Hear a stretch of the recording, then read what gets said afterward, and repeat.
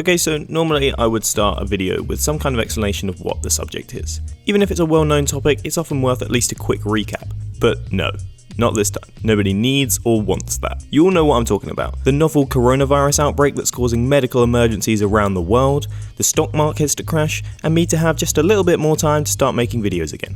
Part of what makes the virus so dangerous is the speed at which it can spread. On the 12th of January 2020, the known cases were contained within just one country, China. Just 3 months later, less time than it would take me to walk to China, the virus is a global issue. With over 1 million cases recorded, it's changed lives all over the planet. Or has it?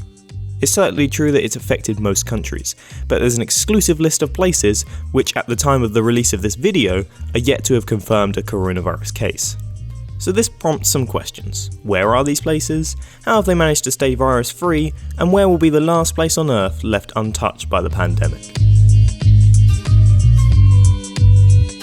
Before I start, I just want to highlight that there'll be some coronavirus information pages at the top of the description below in case you've missed what people are talking about for the last few months. At the time of making this video, according to data collected by the Johns Hopkins University in the US, there are 16 countries that have not officially declared a case of Covid-19.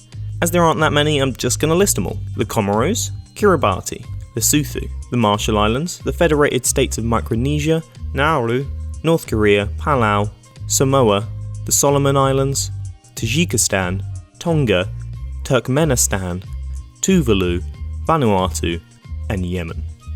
As you can probably spot, there's one thing that unites a lot of these countries. For example, along with the fact that loads of people have probably never heard of it, Nauru is 300 kilometers away from the nearest inhabited parcel of land in the South Pacific, and over 2,000 kilometers away from the capital of Fiji, the nearest country with a confirmed Covid-19 case. With this, we can classify the COVID-free areas into those that realistically are the OGs at isolating, and those with borders which are far more surprising to be virus-free. For the island nations, the plan is simple. Try to keep the non-islanders away for as long as possible, thereby keeping the virus away. Nauru, for example, according to one travel agent, only ever had around 160 tourists a year, but they're cutting back on this number. They've reduced the already sparse flights in and out of the island to one every fortnight from Brisbane, and those arriving on the flight will be put into a 14-day quarantine. Similarly, in Kiribati, if you've been to a country with a confirmed local transmission in the last 14 days, you'll be denied entry. Samoa have had to go slightly further because of their proximity to other nations. They've banned any fishing vessels from entering the territory, and the only travel allowed in is cargo ships carrying much needed supplies. However, it's possible that these measures are failing already. At the time of writing, there are several suspected cases in some of the island nations, like the Federated States of Micronesia and the Marshall Islands. The only outlier in the islander category are the Comoros. Rather than being isolated in the middle of the world's largest ocean, they're positioned off the east coast of Africa.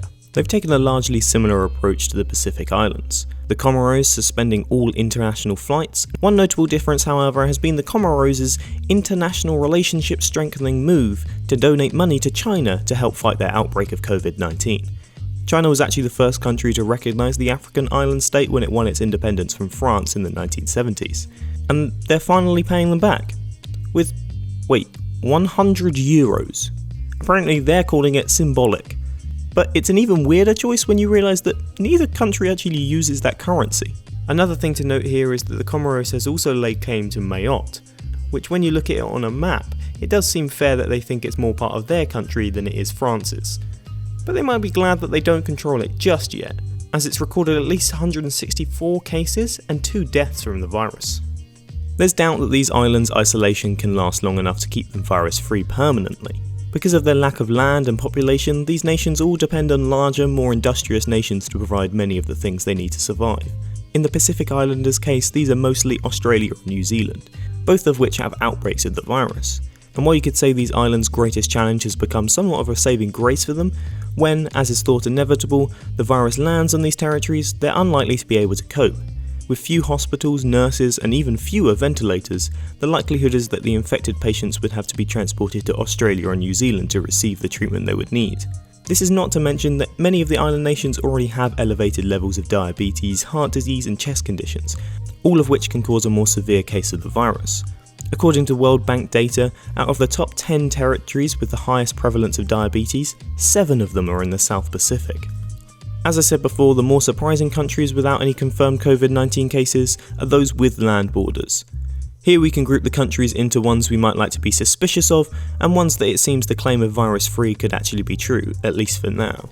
Predictably, everyone's favourite hermit state North Korea is still claiming to be totally free of traces of the virus. As experts have pointed out, it's highly unlikely there's not a single case, as the country is sandwiched between two countries with major outbreaks. And while frosty relationships to the south might mean nothing could travel over that border, North Korea still relies fairly heavily on China for much of its international trade. Secondly, there's war-torn Yemen. With ongoing civil war, it's a little difficult to track any cases that might be in the country. The Saudi-backed government has said they've put a suspension on any international flights that aren't for humanitarian purposes. However, the airports that the government is actually in control of reportedly don't include several major ones, including the international airport in the capital city of Sana'a. Finally, it seems we can definitely add Turkmenistan to the list of suspicious countries. While there have been reports of cases and even one death in the isolated Central Asian dictatorship, the government has reportedly gone full denial.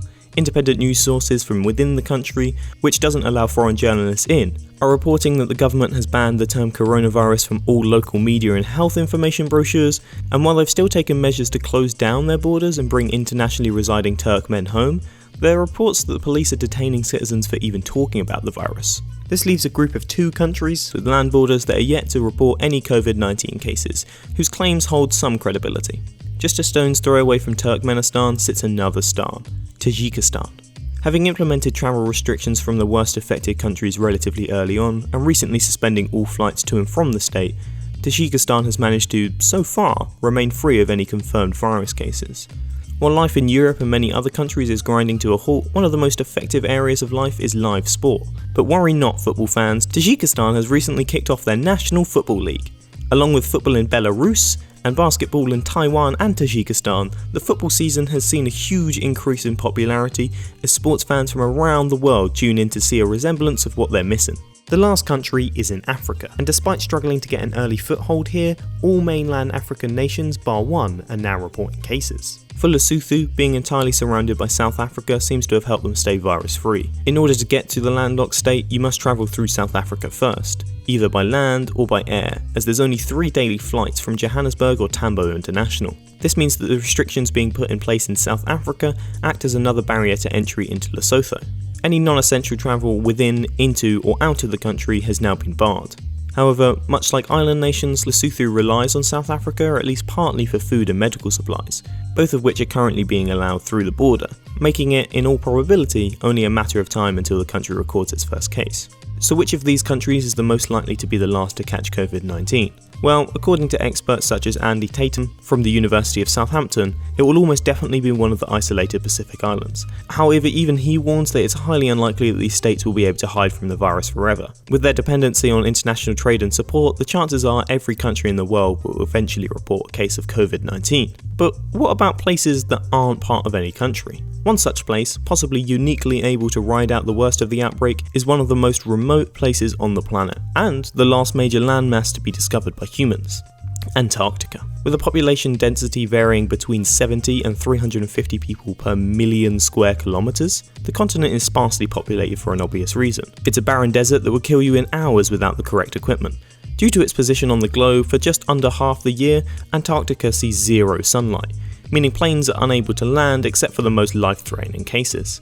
On top of this, because of the temperatures in deep winter, the water in the harbours are frozen over, meaning that travel in or out is virtually impossible. From mid-February to November, a reduced number of scientists and maintenance workers are left stranded at the bottom of the world. This obviously means that, as there aren't any cases there yet, it will be at least until November before anybody's able to travel there and pass the virus on, meaning it could well be the last bastion of unaffected human life, in the least hospitable place on Earth. Thanks for watching my video. I hope you enjoyed it. Where do you think will be the last place with unaffected human life? Will it be a Pacific island, Antarctica, or maybe even the International Space Station? Let me know in the comments. Any feedback is truly greatly appreciated as I try to make these videos better each time. Other than that, like and subscribe if that takes your fancy, and as always, if you have been, thanks for watching.